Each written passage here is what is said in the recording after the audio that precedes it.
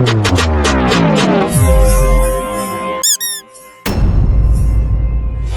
the life of me, I do not understand these podcasters who are generally people I would like and decent folks for the most part. That's crazy work, y'all.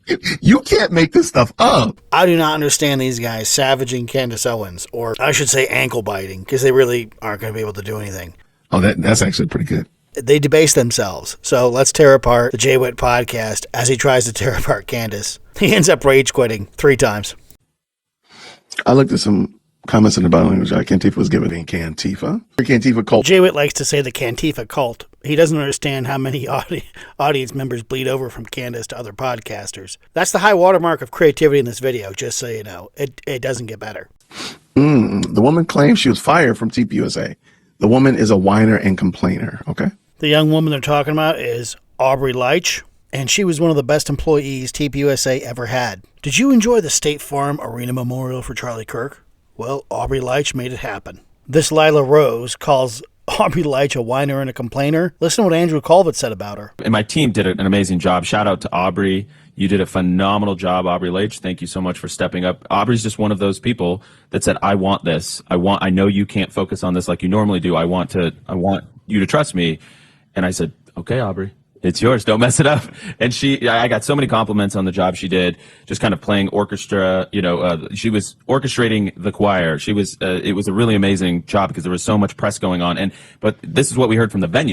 President Trump's team backstage. I talked to our physical production partners. They've never seen anything like it. Well, I talked to Aubrey, actually, because that's where I got my press pass from. And I saw the stack in front of her. It was like this of just press passes. And I'm like, my God, how many? And she's like, it's in the hundreds. She spoke about 20-hour days.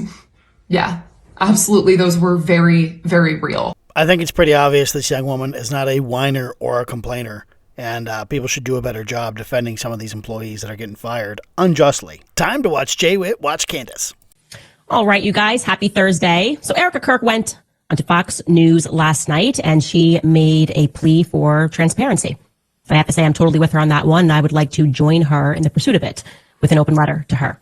In the same vein, one of the fired TPUSA employees has now posted a public video informing the public of exactly what's been going on behind the scenes and the real reason that they believe that a lot of people were fired.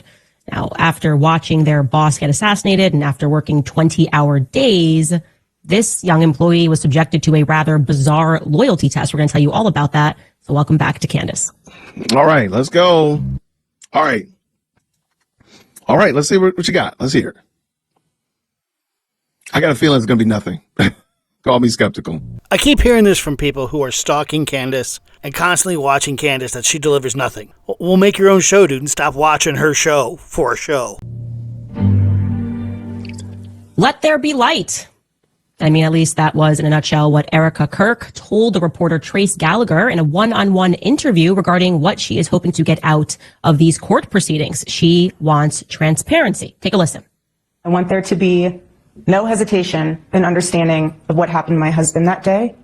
I want there to always be full transparency, because what I don't want to have happen is for there not to be, and then I am relying then on social media and other news outlets to explain the narrative rather than saying, hey, this is what happened. This is what here's all of the, it's just as hard, all of the facts on the table for you guys to see, and you guys can see on full display what happened to my husband, and there is no ifs, ands, or buts or confusion as to who did it and why.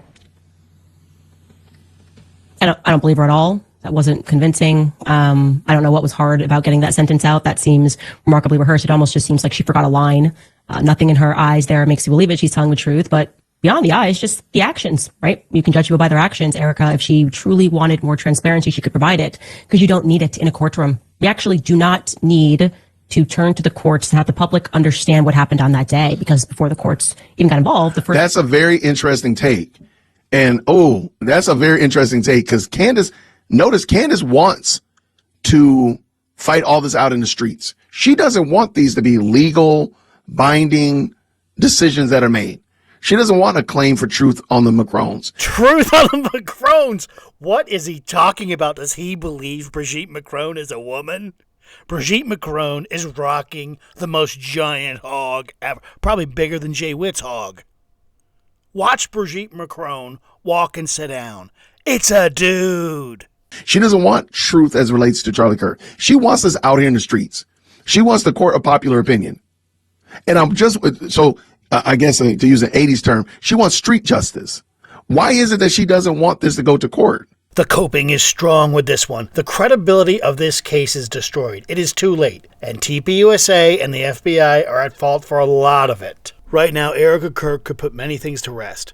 She could find out the ammunition used on Charlie, releasing the autopsy or medical exams regarding Charlie's wounds. She could release all of TPUSA's footage of the event, including the videos capturing Charlie's death. Erika could explain why she sat on the tarmac for an hour. Andrew Colvett could explain why he thought the messages about donors and Charlie's quitting the Israel movement were important enough to give to the FBI. He could explain why he said Candace and Tucker should lay low after the assassination. Erika could explain why she lied about the iMessage on Charlie's phone when she denied it on Glenn Beck. She can do that right now. She chooses not to. No verdict will satisfy the traumatized electorate. People just don't believe the government anymore. That's wild. Back us up and listen what she says.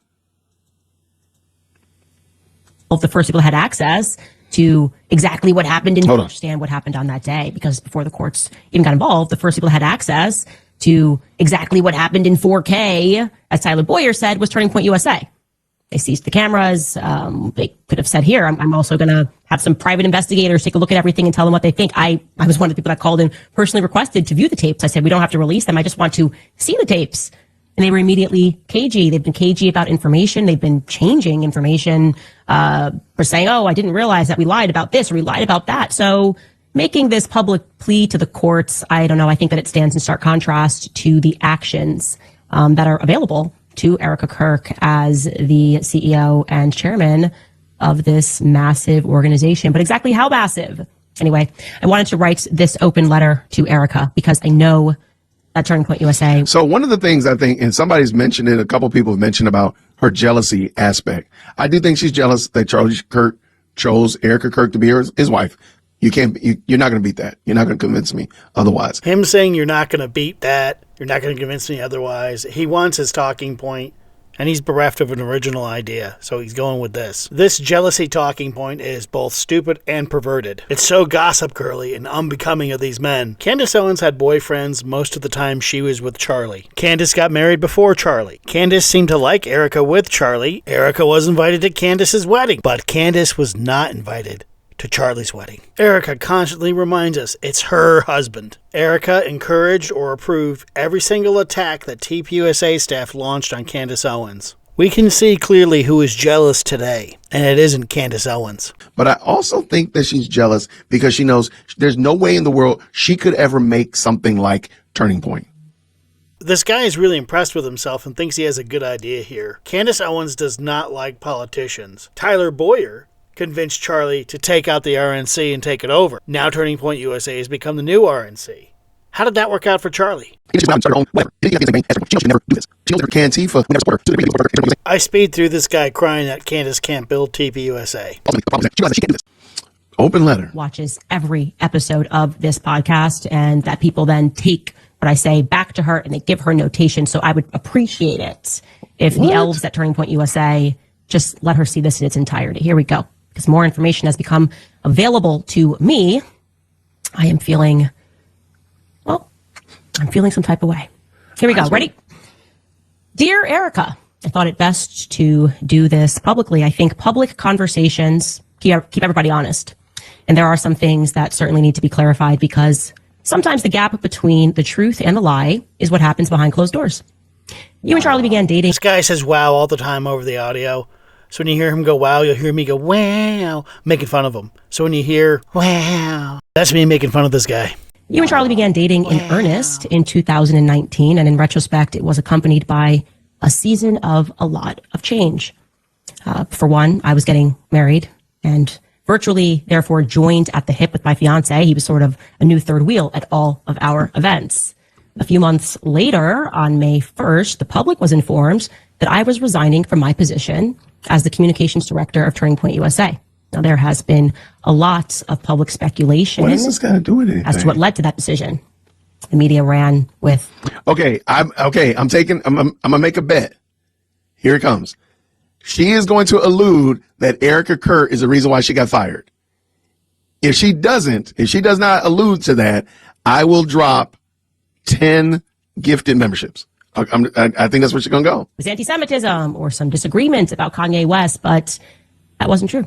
None of that was true. The truth, and I think that you very well know what the truth is, if you were around for it, is that Charlie and I had a disagreement, which fractured my trust in him. He did something that he had never done before. He lied to my face about money. Now, in retrospect, I believe that the manner in which I discovered the lie might have been by design, but there's no need for us to delve into conspiracy when the facts are plenty enough. Charlie had taken a meeting down in Florida with Ike Perlmutter at Mar-a-Lago. It was a fundraising meeting. For whatever reason, he did not want me to know about this meeting, and that was strange. It was meant to be kept a secret. Wow. Somebody, you know what? Hey, here, I'm just going to drop 10 memberships. I'm sorry. Wow. I'm dumbfounded. This woman is airing out Charlie Kirk. We said it. Y'all, this is the best live chat for a reason. I bet he wants to go back to the beginning when he said her show's going to be nothing. He lost his bet hard because Candace revealed new insider information, and now he's going to criminalize her for it. There is a reason this is the best live chat. There is a reason this is the most electrifying comment section on the planet. We said that she was going to eventually attack Charlie Kirk and his legacy directly. Wow. Let me just do this real quick. I'm just giving out 10 memberships. Now they just go out in general. There's no way for me to give them out specifics. So shout out to all those people that just got new memberships. Shout out to the best live chat on the internet. That is absolutely insane. Wow. That is some grade A grimy behavior. Yo, if you still rock with Candace, then that's on you. You doing that on your own. It is not because you are led on by the Spirit of God. That is for sure. Actually, the Spirit of God drives me to make things like this. This guy is not the prophet he thinks he is. He can grow all the Moses beards he wants. From his false accusations about Candace's love life to this podcast, it cannot exist without his engaging in sewing circle gossip. He is false piety exemplified. Oh my gosh. Wow. That is some nasty word. Okay, let her finish, Jason. Let her finish. This is going to be a long show. Somebody told me stop stopping. I'm trying to stop stopping. Strange because we had always collaborated on and taken those sorts of meetings together. Anyone can see that Candace Owens is genuinely hurt over what she's talking about. Anyway, I found out about it, and I decided to ask him casually as we were riding up an elevator at the Trump Hotel in D.C. I said to him, have you heard from Ike recently? And he looked me right in the face, just as he was getting off on his floor. And he said, no, I haven't. I haven't heard from him in like 2 weeks. And I then said back to him, really, Charlie, because you had lunch with him yesterday at Mar-a-Lago. And I saw his stomach drop. His entire face looked, as if he was going down a roller coaster. He stuck his arm back in the elevator really quickly and tried to explain it away. He then pivoted toward an apology, but obviously the damage was done. And if I'm being honest, I was as hurt as I was. Hold up. Stop the press and hear me. I'm going to try not to stop a lot. So now all of a sudden we got this story about how her and Charlie had this falling out and he lied to her face. Look at her facial expressions. This is anger that she's exuding. But before she was making it sound like they was love interests almost. All of a sudden a new story is coming out. Y'all, come on. A new story came out on the podcast that provides nothing, right? Remember the beginning, buddy? Saying he had an argument with a friend is not an attack. Charlie felt the weight of all these money people in the last months of his life. Charlie was making it clear he wanted Candace Owens back, and he didn't care about losing big donors because he would not support the intel agencies funding their projects through TPUSA. Charlie was going to do campus tours and cut the funding way back. And why does this matter is a $1,000 question. The $1,000 question. Wow. No one remembers the $1,000 question, but there was a $64,000 question way back, but it had a scandal because the show's sponsor meddled with the contestants. Then there was Are You Smarter Than a Fifth Grader?, which had a $10,000 question. This show was hosted by Jeff Foxworthy after they ripped it off of Howard Stern's version of it, and I guess now these podcasters are so stupid and easily bought, we are reduced to the $1,000 question. Remember this when this guy starts making fun of how Candace talks. She's the victim. That's crazy work, y'all. Shocked and confused by it because we were close. We did go back down to the lobby. We sat at a table and we talked. I don't even remember whether or not I was angry. I probably was. That does tend to be my choice emotion. But deep down, there was a part of me that knew that it was coming because of a lot of the new hires that were coming into Turning Point USA post Kanye tweet. Charlie had new people in his ear that were hijacking his ambition, making him believe that money was the truest measure of success. Charlie was a brilliant fundraiser. Everybody knows that, but he was also young. He was naive to what the wrong money could invite into his life. And I warned him. I warned him in that restaurant. I warned him specifically about Stacey Sheridan. Everything about her made my skin crawl. And I suspected she and Tyler had something to do with it. I also warned him about Schaefer Security and Dan Flood. You can check the text messages because you have them. And now I am left wondering, obviously. Why don't you show them, Candace? My advice. Let's go back. Still be alive. Let's go back and listen to that. Let's go back to that and go back to the body language panel. Show your evidence. And we've been yelling this for months, right? So this is not new here on the best live chat on the planet. We've been saying this. Show the evidence, Candace. Stop saying, well, you got the text messages. Show us the text messages. This is a phony call to action. It's all performative. A full spill of evidence would not do anything but allow nefarious people to plan better. It's never going to happen, so these guys just got to cope and keep crying about it. Show us. Like, do that. Because you're making, again, Erika and them are not talking. They're not talking to you. And I think they listened to what we said over here. Stop communicating with her. So this guy admits they got word to Erika Kirk to stop communicating with Candace. Now, Gary Melton is directly in touch with Andrew Colvett, so they probably did it through that way. So they isolate Candace. TPUSA doesn't talk to her. Then these guys make their living off feasting off Candace table scraps. It's pretty sick-minded to admire this behavior. I have contempt for this. To try to isolate a person and then terrorize them into bending to your will. I mean, I guess this is his version of the Christian thing to do. So, ma'am, why don't you do that? This woman is out of control. Yeah, we just went over what you thought about that. Oh, my gosh. This is some nasty work. Wow. I've also come to another realization that I missed at that time. That I missed. The newest and the biggest influence in his ear. Who was that, obviously? It was you. You were the newest and biggest influence in Charlie's life. You kind of all arrived at the same time. Wow. And you too, Erika, you lied to my face as we sat down in that hotel and we spoke for 4 hours. But I want to be clear, it was different. You see, with Charlie, I could forgive him. We were always like brother and sister. We went on tours thereafter. But you didn't do it, when you lied, you didn't do it out of naivety. You didn't do it because you were young and being pulled into the wrong direction by bad faith actors. Andrew Colvett was never going rogue. You knew that. Every single evil thing that was done to me was done with your blessing. And I consider the onslaught of attacks that I had to endure, they were evil. Because you knew I was telling the truth, and you authorized people with an incredible amount of money to attack one of the few people in politics who was actually grieving your husband. You knew we had a deep friendship. You knew I was telling the truth about the Catholic thing, about everything. You allowed these people to lie and to say that Charlie and I hadn't spoken since 2019. I mean, it's crazy how much of a lie that was. Where's the proof, though? Where's the proof, though? This fills me with contempt. I'm going to let this fool carry on, and then it's time to take care of this. Know that. The question... Why don't you show evidence that y'all have spoken? That would put the kibosh on it.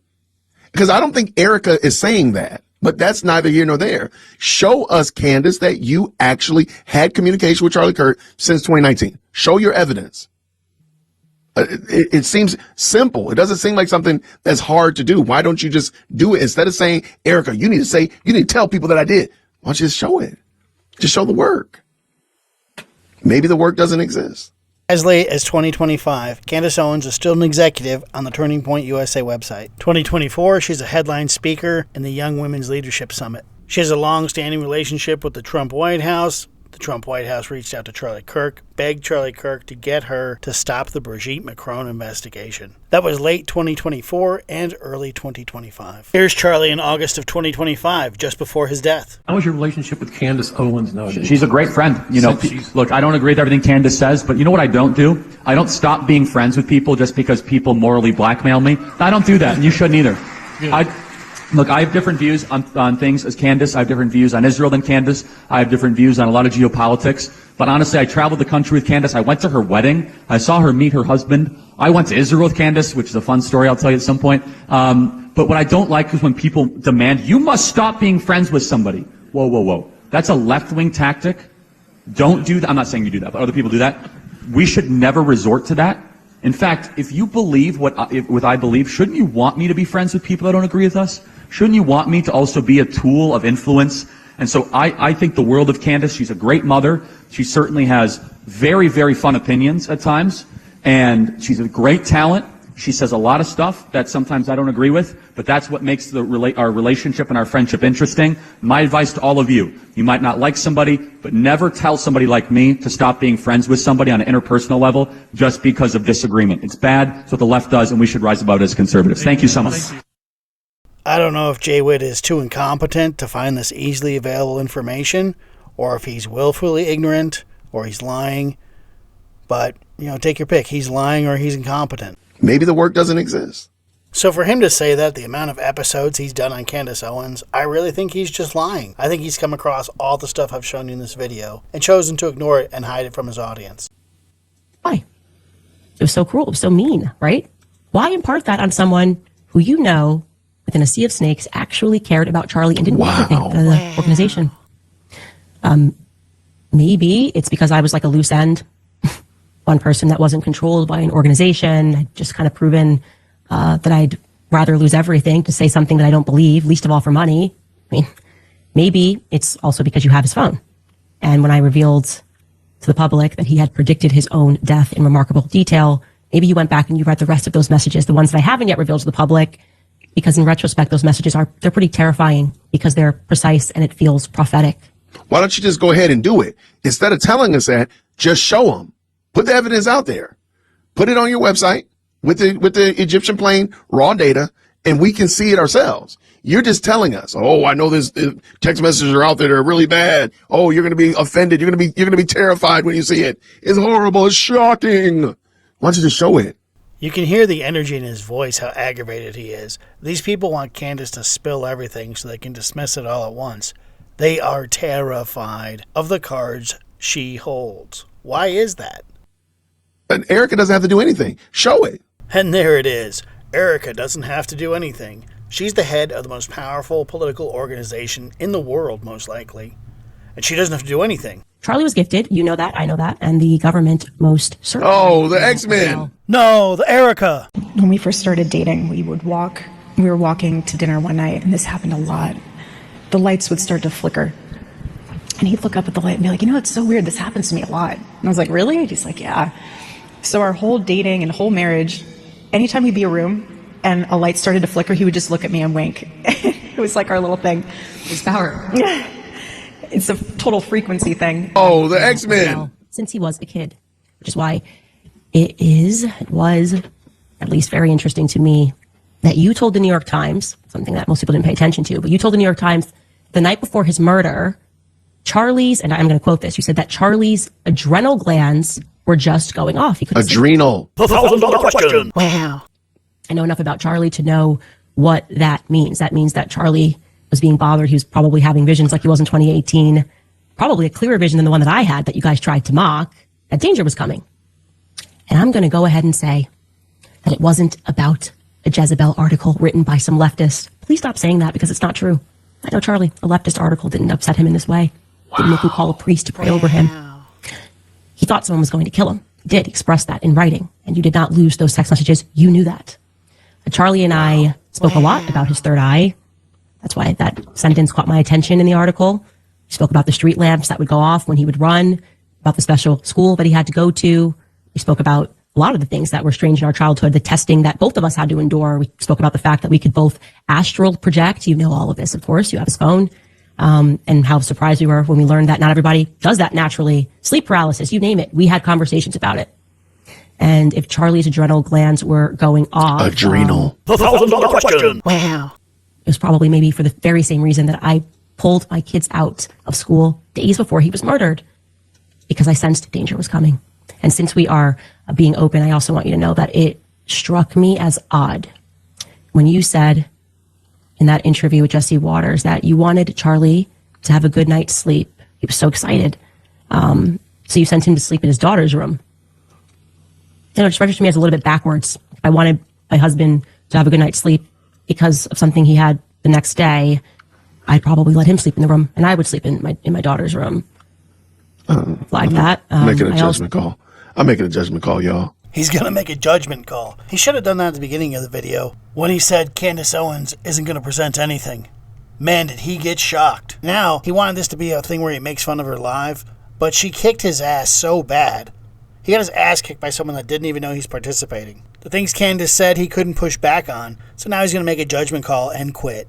He's going to quit 2 more times, too. I'm sorry. This woman is vile. I really can't do that. I'm sorry. I'm not going to sit there and judge a woman, judge a man who lost their spouse based upon my interpretation of how they should behave. In normal circumstances, I would agree with JWhit, but when the remaining spouse seizes control of a megacorp, attacks its former employees, this is a full contact sport. This is politics. It's time to grow up. I'm sorry. I'm just not going to do that. That's just not. I wouldn't want you to do that if you were doing it to Candace. Right? I've got tons of information about Candace's family. Somebody sent me a whole swath, and it corroborates a lot of stuff that I've already had. Now, the craziest thing happens. JWhit has an astral out-of-body experience and attacks JWhit on his own show, demanding he spill all the evidence he's collected on Candace right now. Show your evidence. And we've been yelling this for months, right? So this is not new here on the best live chat on the planet. We've been saying this. Show us. Like, do that. Why don't you just go ahead and do it? Instead of telling us that, just show them. Put the evidence out there. Put it on your website. Why don't you just show it? Just show the work. Maybe the work doesn't exist. That's a very interesting take. So I sped ahead because, he came back to the video eventually after the first rage quit. You cannot tell me that this woman is sane. Oh, that's actually a pretty good shot right there, by the way. We got to add that to our collection. Do you hear this, freak? That's a pretty good shot right there. Let's add that to our collection. Now, is he f***ing off to these pictures of Candace, or does he just like to collect quasi-unflattering pictures of her? What's he doing? He sounds like he's from Epstein Island. Oh, that's actually a pretty good shot right there, by the way. We gotta add that to our collection. Better search those files. I bet him and Gary Melton are island boys together. You can't tell me that this is normal behavior. You just can't tell me this. You're not going to beat those charges, but I'm going to let this play. I'm going to stop it. Here are the facts. I now have verifiable proof in writing that Justin Strife and you lied to me. You know exactly who Pierre is. Why did Justin Strife say that he had never heard of Pierre? It's crazy. Justin, why would you do that? Justin, you've met with him. You've personally met with Pierre. Erika, you've met with him in the wake of Charlie's death. I have, again, verifiable proof. So you can call your lawyers. You can spend another $1 billion on PR if you want to. Tell your lawyer to call my lawyer. I mean, you guys certainly have the money to do all of these things. It's not going to wipe away the truth. Did you hear this guy whisper, who cares? This is a serious question. Why was Pierre kept so close in the loop? TPUSA needs to answer that. It's odd how glazed over JWhit is. He doesn't seem to care that when Charlie's blood was still wet, these people are on the phone begging this donor to come over. Maybe Gary Melton is luring everyone into the TPUSA fold, and they're all going to be on the Ghost of the Charlie Kirk show or something. That's the kind of stupid thing the Daily Wire would try. Okay. The truth is that there was a deal on the table with Pierre, who, yes, is from France, born in France. You are Martinotte. I am your Brittle. And that deal was worth billions. Not millions, billions, plural, billions of dollars. Just after Charlie was shot, and again, I have proof, Pierre had a phone call with Justin Strife. He also had a phone call with Mr. Don Erika of Turning Point USA down in Tampa. And you know what's really odd? Somehow, this French man, Pierre, he knew that Charlie was dead before the rest of the world did. How did he know that? How did he know before I knew? Especially because he wasn't yet a donor to Turning Point USA. Why was he given so much priority? Frenchman. Frenchman.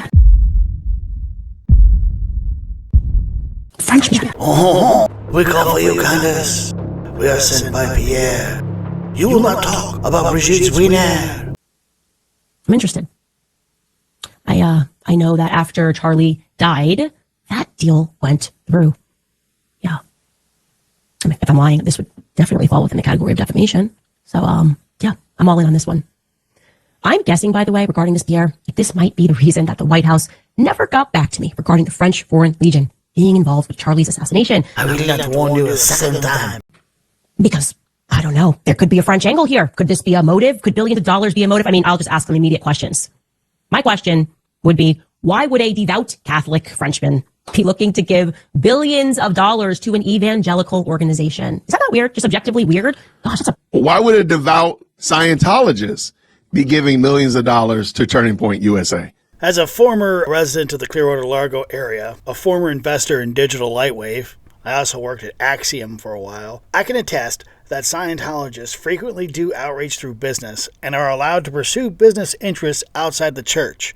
This seems especially true if they have money. I understand some of the reservations and fears of the group. I was at the state attorney's office for the end of the Lisa McPherson case under Bernie McCabe.